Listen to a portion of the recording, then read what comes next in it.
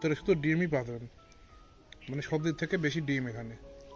এই যে আজকে অনেকদিন পরে আমরা দুই ভাই চলে আসলাম রেসিপি তৈরি করতে। আজকে আপনাদের সামনে খুবই মজাদার একটি রেসিপি তৈরি করব।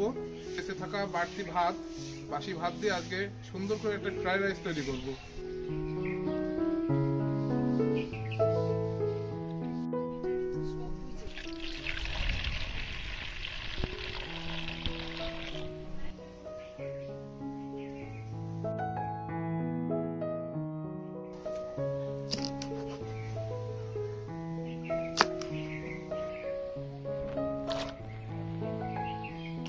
দুটো টমেটো নিয়ে নেব, বেশি নিলে আবার স্বাদ লাগবে না, ভালো পরিমাণ মতো দিয়ে দেবো। আপনারা চাইলে আরো বেশি দিতে পারেন।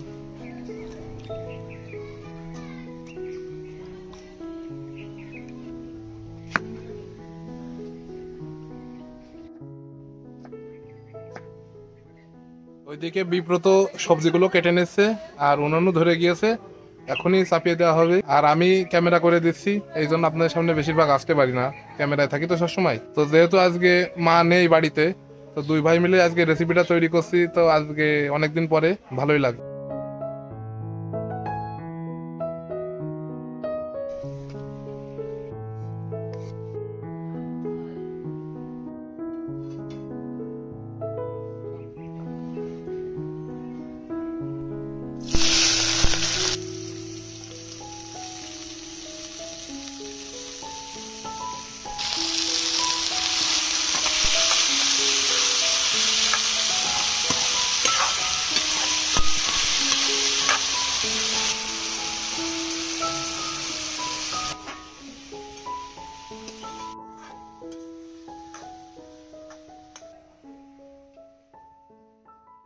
ভেজে নিয়েছি, এবার টমেটো সসটা দিয়ে দেবো।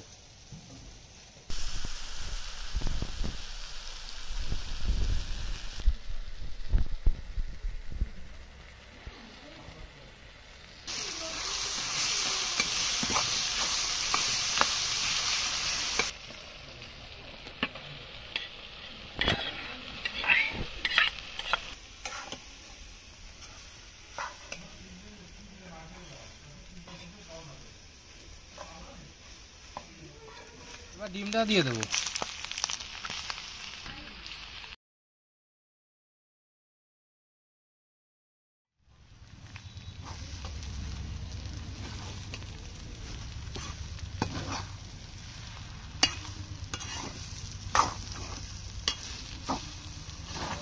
এবার উপর দিয়ে ম্যাগি মশলাটা ছড়িয়ে দেবো সুন্দর করে।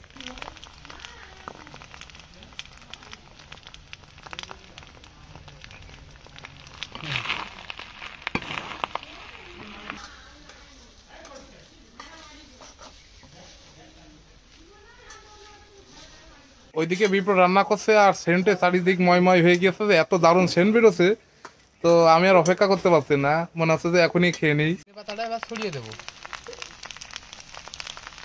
ছড়িয়ে নেবো।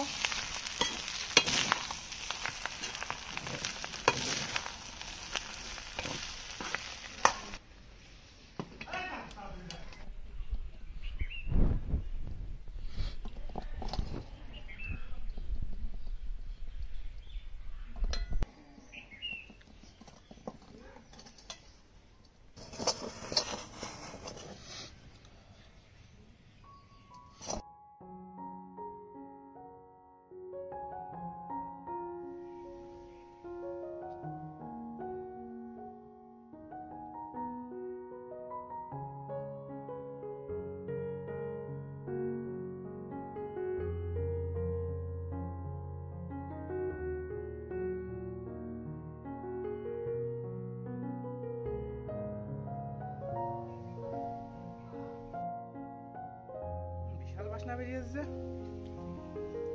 স্বাদও একের হবেন বোঝা যাচ্ছে। বন্ধুরা, আপনারা তো দেখলেনই, বাড়িতে থাকা অল্প কিছু উপকরণ দিয়ে এবং বাসি ভাত দিয়ে এই ফ্রাইড রাইসটা তৈরি করা যায় খুবই সহজে এবং খুবই লোভনীয় জিনিস। এটা খাতেও খুব সুস্বাদু হবে আশা করি। দেখি খেয়ে কেমন হলো।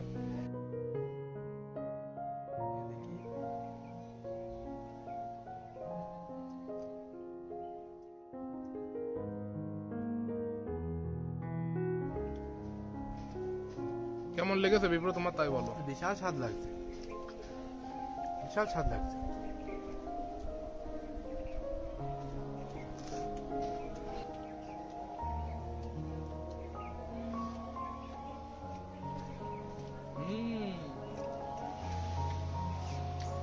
এত সুন্দর স্বাদ, আমি তার সাথে দেখেছি এত সুন্দর স্বাদ নেই। মানে রেসিপিটা যত ঠান্ডা আছে তত বেশি স্বাদ লাগছে।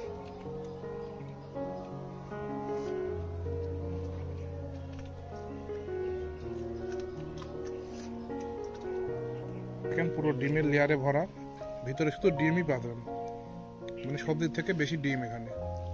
এই যে শুধু ডিম। এখন একটা বাইট নেব।